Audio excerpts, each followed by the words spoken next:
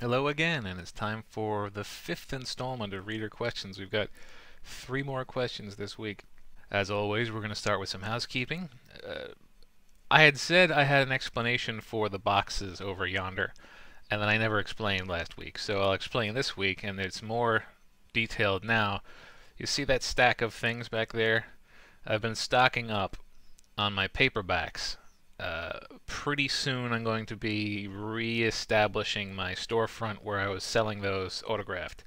So if you would like autographed paperbacks for some of the stuff that's never been available before, or if you missed out on them the first time, I will probably be selling those, hand numbered and whatnot. So look for that in the future.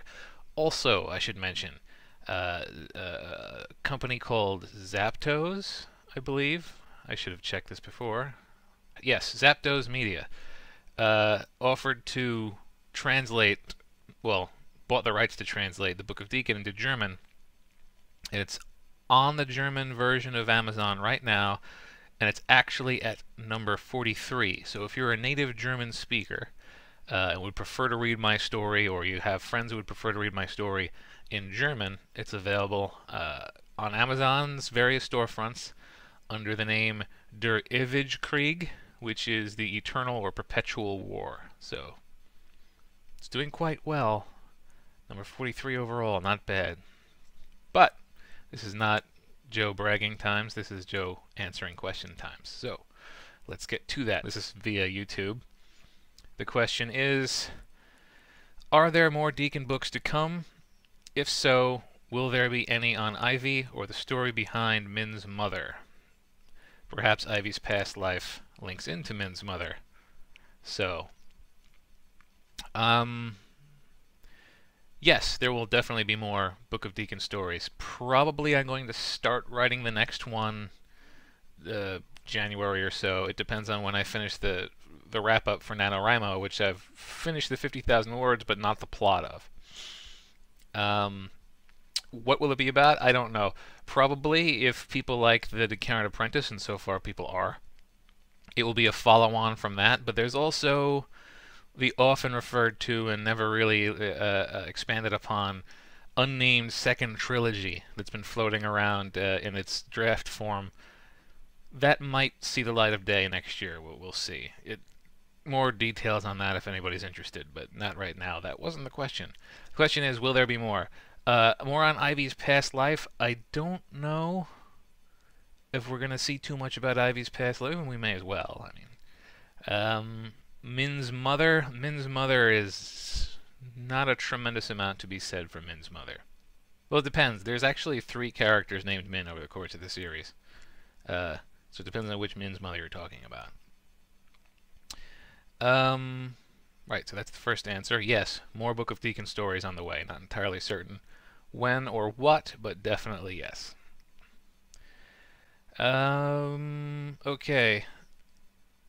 Oh, actually, there's a follow-up portion to that. Another book idea, could you make one on N12? Me and my friend are obsessed with it. Probably yes. There will probably be more on N12. In fact, if you have paid attention to my newsletter, if you're a latecomer, you might not have seen it, but if you either own the anthology, the Book of Deacon anthology, or if you've been following my newsletter, you've probably read the first of what will be multiple stories with the subheading N12 Origins. And the first one was Aina, and there's probably going to be one for Calypso and Solomon and all that.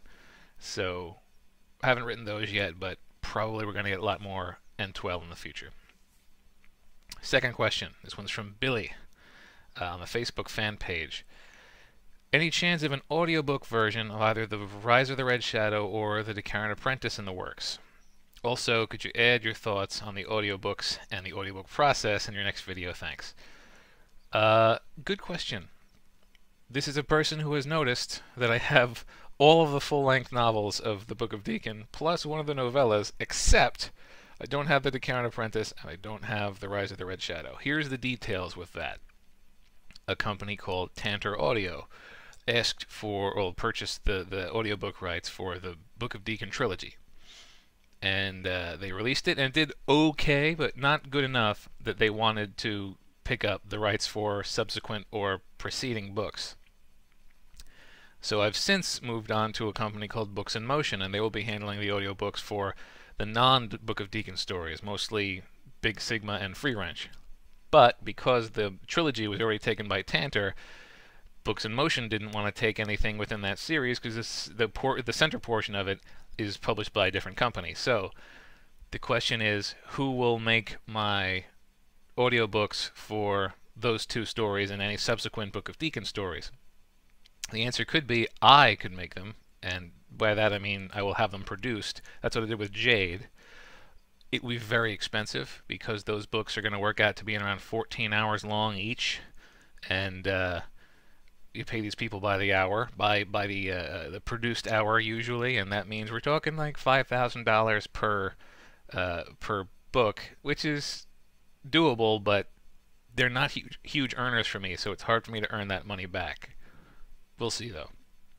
I will probably make audiobooks, and I will probably do them myself since I'll have a hard time selling them to anybody else.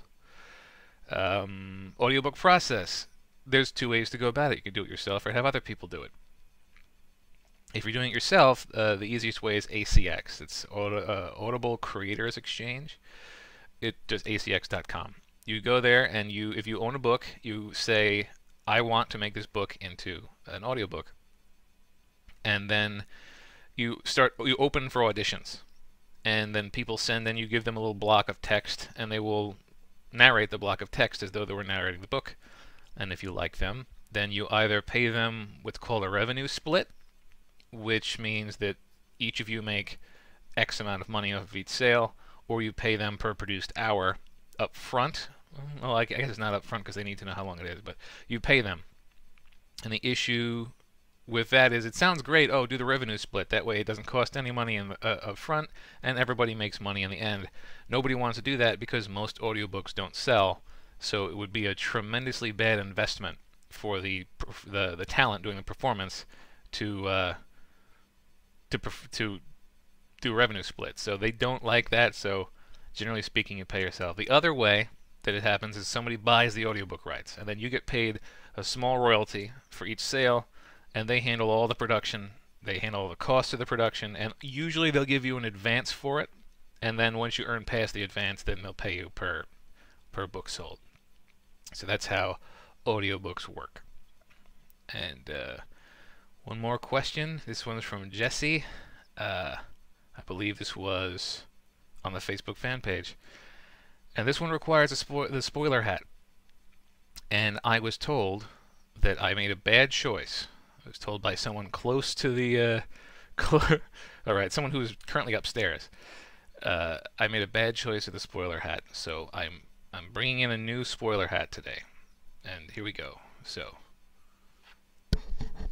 spoilers active.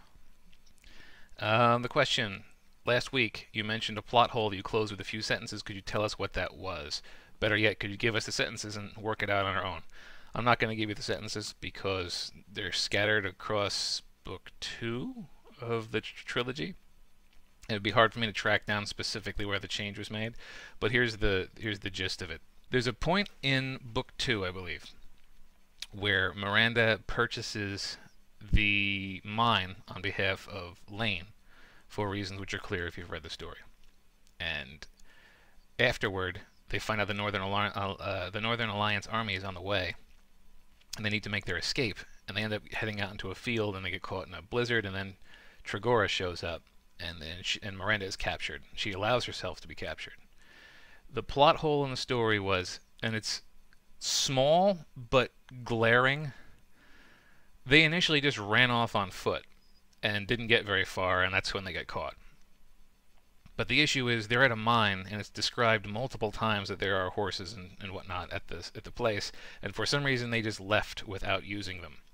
So when this was pointed out by a reader, I added in a sentence in which they say, well, we're going to have to take the draft horses. They're not very fast, because draft horses aren't very fast. And then the blizzard starts up, and they are not able to make significant progress on horseback and end up having to abandon the horses.